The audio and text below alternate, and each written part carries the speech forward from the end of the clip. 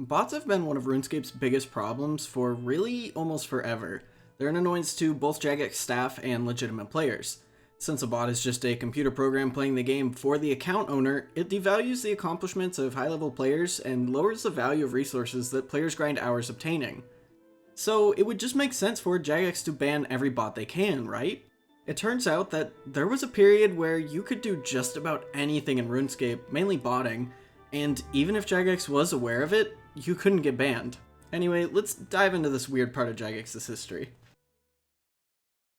So let's go back to around 2010-2011. Botting was seemingly at an all-time high.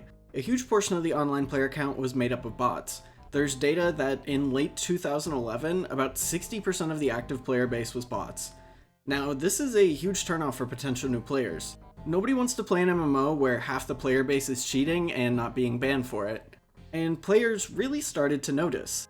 It was getting to the point where real players were starting to quit due to how overrun the game was becoming. Most bots only exist to farm gold to sell to other players on underground markets. But there's a balance, because without legitimate players, there's nobody there to actually buy the gold.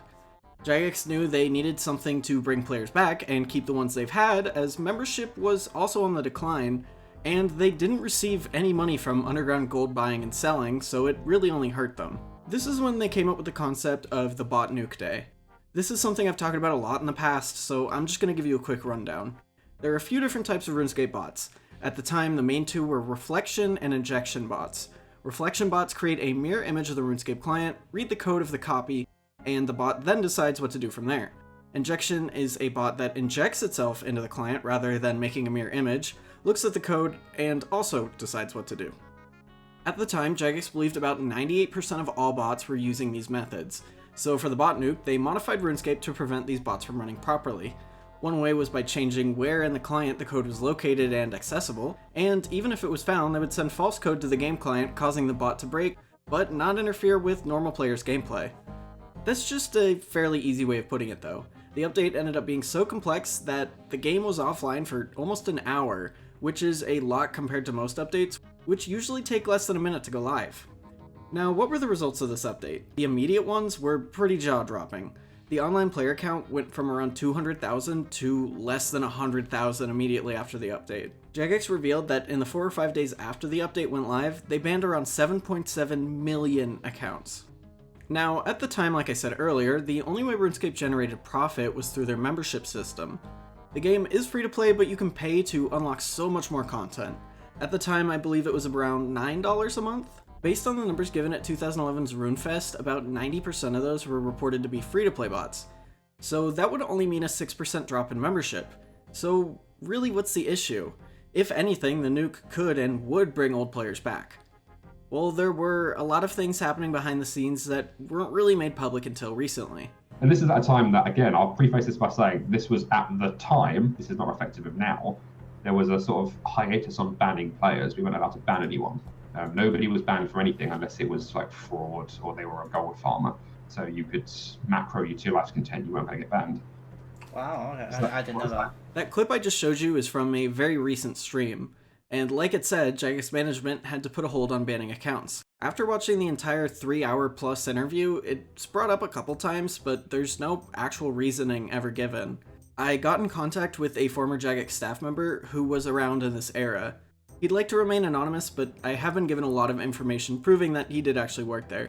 He told me at the time Jagex was more or less hemorrhaging players. They were just losing so many members every single day.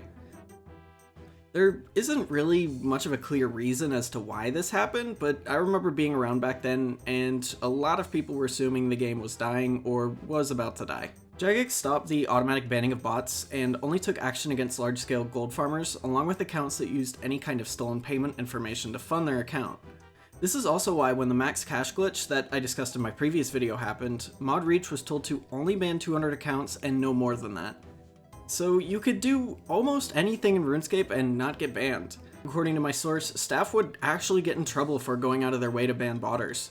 The only person who had free reign was Mod Jackmob, who was brought in after the bot nuke to work on Jagex's bot watch system.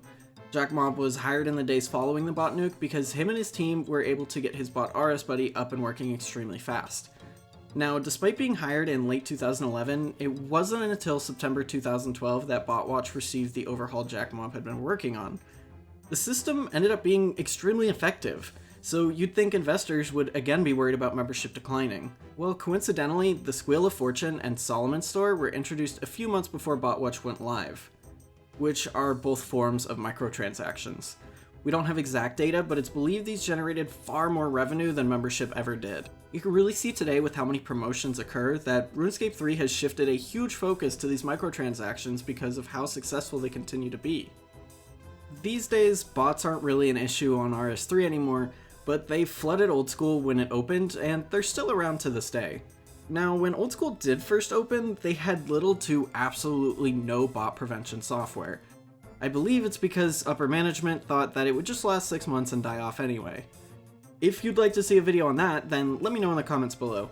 Anyway, hopefully you enjoyed this one, and I will see you in the next video.